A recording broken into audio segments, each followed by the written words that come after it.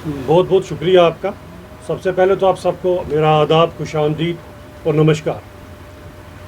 दोस्तों, क्योंकि आपके साथ तो मेरा बड़ा पुराना रिश्ता है और आज क्योंकि जिस विषय में मुझे अल्ताफ़ साहब ने कहा है बात करने के लिए और मेरे साथ साजिद भाई भी इस प्रेस कॉन्फ्रेंस में हैं, वो विषय आप सबके सामने है।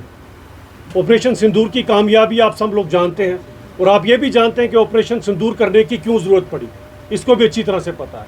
क्योंकि कहीं ना कहीं जो कुछ पहलगाम में उस दिन हुआ है उसको मुझे लगता है आप सब लोग भी जानते हैं क्या हुआ, और इंसानियत शर्मसार हुई, कश्मीरियत शर्मसार हुई और हम सब शर्मसार हुए। और आज उस मौके पे मैं ज़रूर बात करना चाहूँगा, क्योंकि हमें पता है कि जिसने हमारे उन मेहमानों का लहू बहाया, क्योंकि हम कश्मीर के लोग तो अपनी मेहमान नवाजी के लिए जाने जाते हैं, लेकिन जिन्होंने हमारे मेहमानों का कत्ल किया उसके तार कहाँ से और कहाँ से सब कुछ है आप सब जानते हैं। एक ऐसा मुल्क जिसका नाम पता नहीं किसने पाकिस्तान रखा, इसका नाम तो नापाकिस्तान होना चाहिए। एक ऐसा नापाक मुल्क, और मुझे कहने में इसमें कोई परहेज नहीं है, उसको सबसे ज़्यादा कुछ पसंद अगर है तो वो कश्मीरियों का लहू, कश्मीरियों का खून। और अगर आप इतिहास में थोड़ा सा जाएंगे मित्रों, तो आपको पता लगेगा कि हमेशा इस पाकिस्तान ने अपनी नापाक नज़र हमारे मासूम कश्मीरियों पर रखी। अपनी सियासत चलाने के लिए, अपने भूखे नंगे देश को चलाने के लिए हमेशा कश्मीर को एक मोहरा बनाया गया।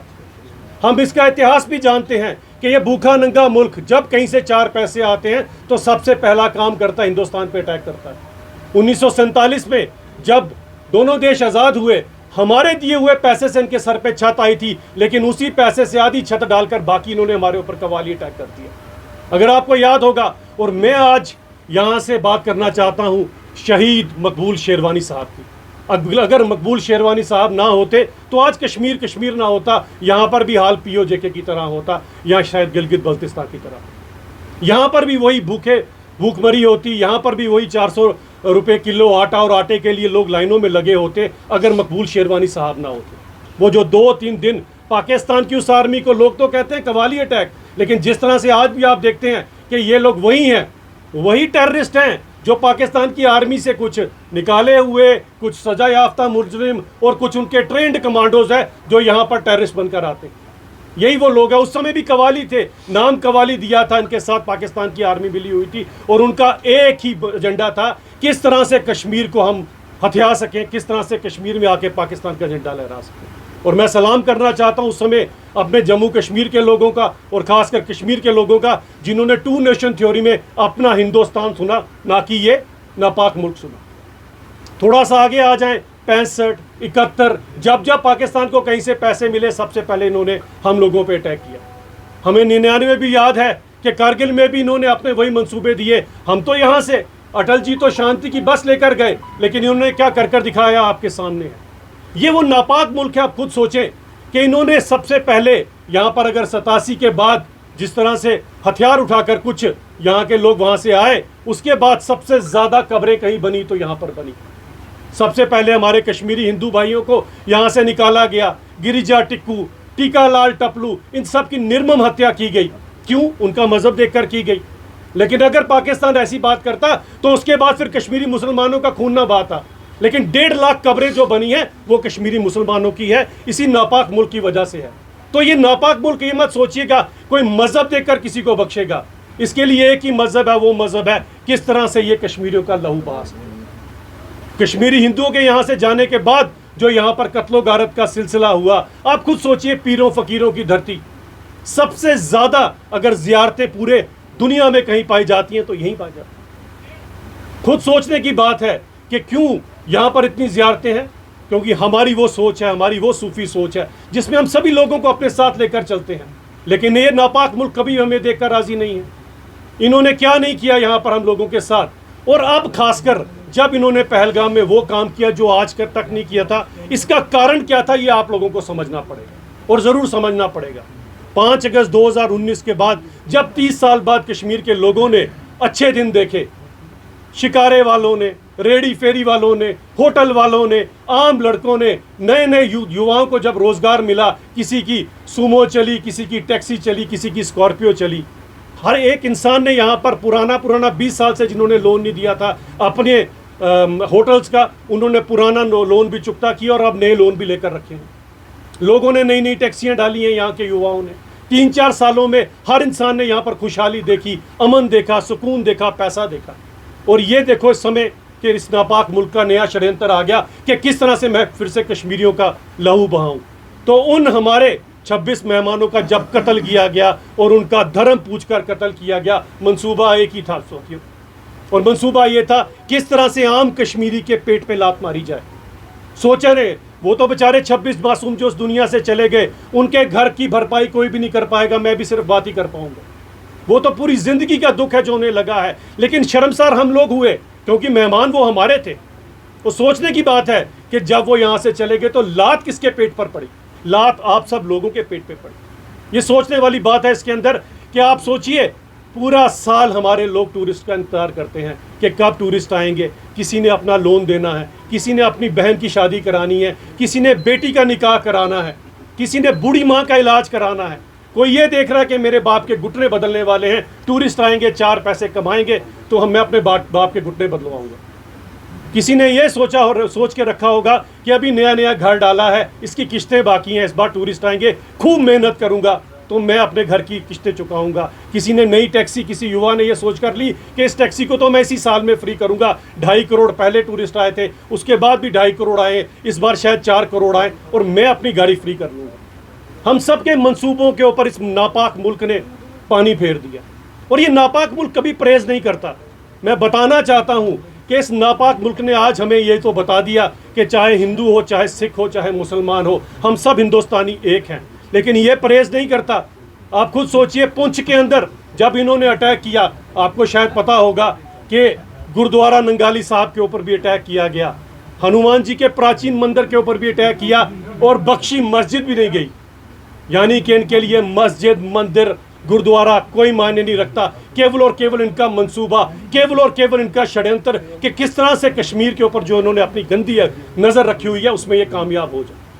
और आज देखिए हमारा कश्मीर हम कहाँ से कहाँ पहुँच गए। और ये नापाक मुल्क की आप हालत देखिए क्या है। पहले ज़ियाउल हक, उसके बाद परवेज़ मुशर्रफ, अब ये आसिफ मुनीर जैसा इंसान, वो भी उसी फिराक में है कि किस तरह से यहाँ पर मैं फिर से एक और प्रेसिडेंट हूँ।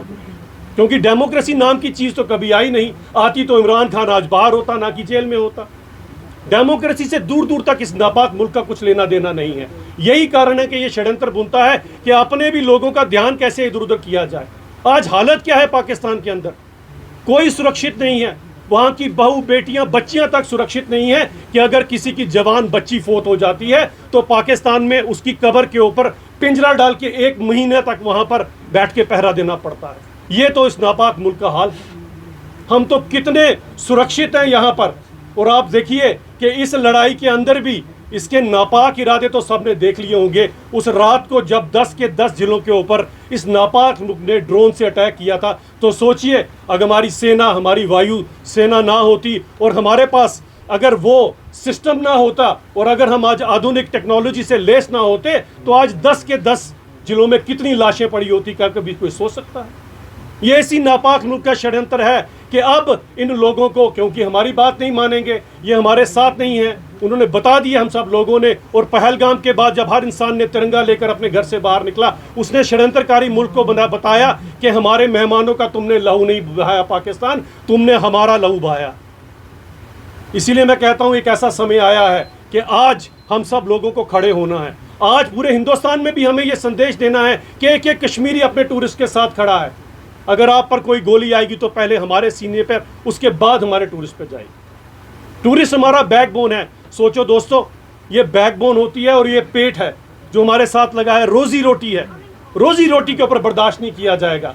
इस नापाक मुल्क के षड्यंत्र बर्दाश्त नहीं किए जाएंगे। और मैं ऑपरेशन सिंदूर के लिए अपनी आर्मी, अपनी वायु सेना को यह सराहना करना चाहता हूं कि इस नापाक मुल्क को 22 मिनट में इसकी औकात बता दी कि 22 मिनट में इसके घर पे घुसकर जहां जहां पर इन्होंने टेररिस्ट छुपाए थे वहीं पर उनको ढेर कर दिया गया। यह है हमारा मुल्क हिंदुस्तान और एक ये भिखमंगा स्थान।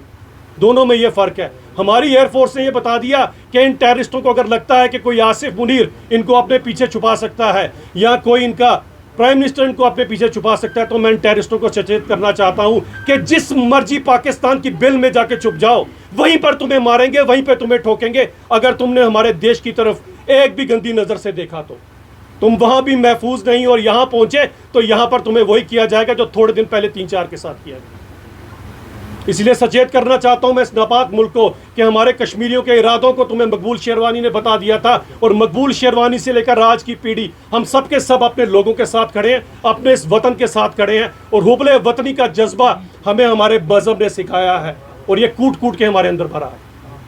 भारत कहाँ पर है और ये भिखमंगा मुल्क कहाँ पर है, हम अच्छी तरह से जानते हैं। इसीलिए सचेत हो जाओ। अभी ये छोटा सा ट्रेलर था, लेकिन पिक्चर अभी बाकी है। अगर तुम लोग बाज नहीं आए तो हमें पता है तुम वहां से बी फॉर बुलेट चलाओगे, हम यहां से बी फॉर ब्रह्मोस चलाएंगे, और ब्रह्मोस हमारा खुद का हथियार है। तुम्हारी तरह भीख में मांगे हुए चाइना के या बाकियों के हथियार नहीं है। हिंदुस्तान के मेड इन इंडिया स्टैंप होती है, और जिसपे मेड इन स्टैंप होती है वो बिल्कुल वहीं जाकर ठोकता है। 1 इंच इधर नहीं, 1 इंच उधर नहीं, जहां टेररिस्ट बैठा होगा वहीं ठोकेंगे। और हम भीख में लिए हुए हथियारों से लड़ाई नहीं जीती जाती। पाकिस्तान सुन लेना ये बात हमारी। जो पाकिस्तान के लिए जो स्पाइंग कर रहे थे यहाँ से, देखें ऐसे लोग भी जिन्हें काली भिड़े कहते हैं, यहाँ हमारे यहाँ पर जयचंद भी कहते हैं, क्योंकि ये जयचंद ही थे जिन्होंने अखंड भारत को खंड किया था। वो जयचंद आज भी हैं। आज जयचंद आज कुछ यूट्यूबर्स, मैं सभी यूट्यूबर्स के लिए नहीं बोल रहा हूँ, लेकिन वो चंद यूट्यूबर जो अपने देश के खिलाफ बात करते हैं, हमारे देश की सिक्योरिटी, हमारे देश का क्या है पार परोसते हैं, ऐसे यूट्यूबर से मैं सबको आगाह करना चाहता हूँ। बड़ा आसान है 2 मिनट में यूट्यूबर बनना। कोई भी उल्टी सीधी बात कर कोई अश्लील बात को परोस कर, कुछ ऐसे हैं जो ऐसा काम भी करते हैं। तो मैं कहना चाहता हूं हमारे इन सब लोगों से सबक लो। ये कितनी मेहनत करते हैं ये सब कुछ, चाहे तो क्या आपकी तरह ये गलत रास्ता इख्तियार नहीं कर सकते, लेकिन ये सब के सब हिंदुस्तानी, ये सब के सब वो लोग हैं जो अपने हक हलाल की कमाई खाते हैं। इनसे सबक लेना चाहिए यूट्यूबर्स को, और फेसबुक पे जो चलते हैं लोग कि सबसे पहले वतन है उसके बाद सब कुछ है। और ऐसे यूट्यूबर्स को भी मैं आगाह करना चाहता हूं कि देश के खिलाफ अगर कोई भी कार्रवाई करोगे तो अब कानून इससे भी कड़े होने वाले हैं। ऐसी एक भी कार्रवाई बर्दाश्त नहीं की जाएगी। हमारे यहाँ पर काली भेड़े इस फॉर्म में यो कोई हैं, ऐसे यूट्यूबर हैं, ऐसे कोई पेज चलाने वाले लोग हैं। क्योंकि एक ऐसा षड्यंत्र उस समय भी बुना गया था पहलगाम के अटैक के बाद, अगर आपको याद होगा, एक पेज के ऊपर यहाँ पर फ्लोट किया गया कि पता नहीं बाहर क्या हो गया और क्या नहीं हो गया हमारे स्टूडेंट्स के साथ। वहां पर अगर आप देखेंगे वो पेज ही सारे का सारा फेक था। उस पेज के ऊपर जो है पुरानी कुछ स्टोरी चलाई गई थी, और बाद में देखिए षड्यंत्र कैसे चलता है। वहां से द डाउन भी उस स्टोरी को उठाता है और द वायर जैसे चैनल भी उठाते हैं, क्योंकि ये चाहते थे कि अटेंशन डाइवर्ट कर दी जाए कि 26 के 26 निर्मम हत्या जो की गई है उससे अटेंशन डाइवर्ट कर अगर 2 बच्चे कहीं आपस में लड़े हैं हम उस तरफ उसको फोकस कर दें। ये इनका नेफेरियस डिज़ाइन है। मैं सोसाइटी में भी लोगों को आगाह करना चाहता हूं कि हमेशा कोई भी खबर होती है पहले उसकी ऑथेंटिसिटी चेक करें। बस यही बात मैं आपसे करना चाहता था। जय हिंद, जय भारत।